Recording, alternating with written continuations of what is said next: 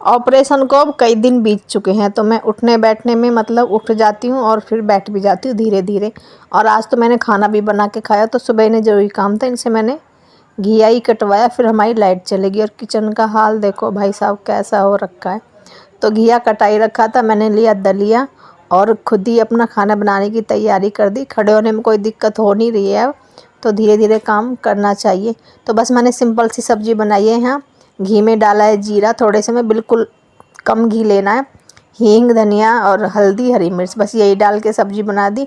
इतने फिर मैंने फ्रूट खाने बैठ गई। तो फ्रूट्स के लिए बोला हुआ है कि जो आपका मन करे वो खा सकते हैं, खट्टे मीठे का कोई परहेज नहीं है। तो आज मेरे पास था ये कचरा वाटरमेलन, तो मैंने इसी को कट करके खा लिया है। मतलब थोड़ा ही खाया था, बाकी फ्रीज में रख दिया था।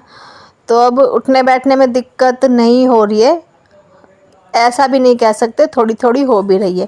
ज़्यादा देर बैठने में ना तो टाँके दुखने भी लग जाते। तो इतने में मेरा खाना बन के तैयार हो गया। दलिया मैंने बनाया था साथ में घिया की सब्ज़ी के साथ। और फिर इस टाइम घर में ना कोई नहीं था, तो मैं खुद ही लेटने की कोशिश कर रही हूँ। मतलब लेट जाती हूँ, पर इतनी दिक्कत होती है कि धीरे धीरे धीरे करके मैं लेटती हूँ और फिर ऐसे ही मुझे उठना पड़ता है। तो बच्चे अभी गाँव गए हुए हैं, इसलिए घर में कोई नहीं था। बच्चों के पापा चले गए थे अपने काम पे, तो मैं इस तरह लेट रही हूँ। और 2 दिन से तो मेरे टाँके भी दुखने लगे हैं। तो रेस्ट की ज़रूरत है, पर वही है ना, अपनी आदत से मजबूर होकर रेस्ट कर नहीं पा रही हूँ।